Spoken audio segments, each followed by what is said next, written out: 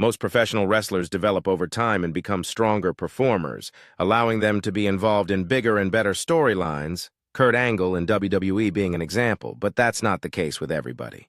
Certain wrestlers get into the business with a bang and have an incredible first storyline that sets the tone for them. Unfortunately, not all of them can go on and top that. Whether it's because they don't make the necessary improvements as a performer, or because creative gives up on them and stops that from happening, there are many reasons why that could be the case. But these wrestlers are proof that people can start with their most memorable work and peak immediately. 5.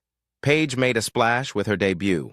There was a lot of hype surrounding Paige in WWE due to the work she'd done in WWE NXT, so when she debuted and beat AJ Lee for the Divas Championship on her debut, fans were excited.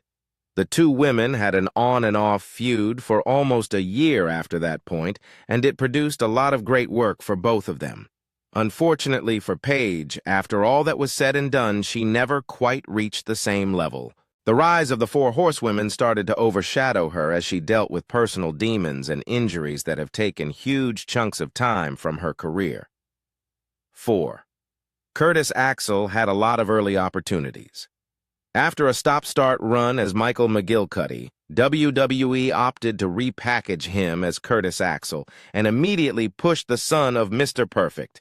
He got to feud with Triple H on television and even defeated the legendary performer before going on to win the Intercontinental Championship.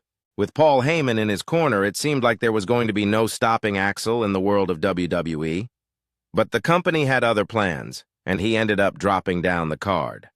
While he was always entertaining, Axel spent most of his time just putting others over. 3.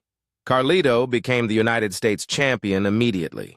When Carlito first burst onto the scene in WWE, it seemed like fans were watching a future main event star. He defeated John Cena to become United States champion and was given the chance to work with a lot of top talent early on. He showcased a lot of charisma and good in-ring skills, but Carlito didn't quite live up to his potential.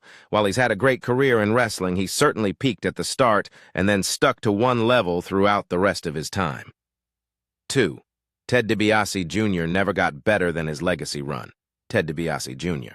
debuted in WWE as Cody Rhodes' tag team partner, and the two second-generation wrestlers never looked back. They were thrust into the Legacy faction and put under the learning tree of Randy Orton, one of the greatest wrestlers of all time. The faction dominated the main event scene as Orton put together one of his greatest runs.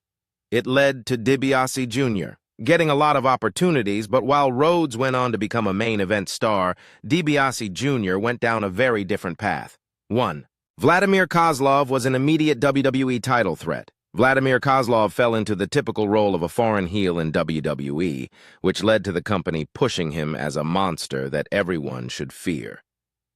After some routine squash victories, Kozlov was immediately thrust into the WWE title scene, which was a step too far for what he was truly capable of.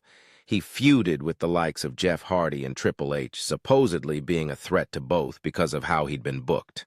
But WE never had the faith to put the title on him, and that led to Kozlov quickly fading away and dropping down the card as he settled into being a comedy performer.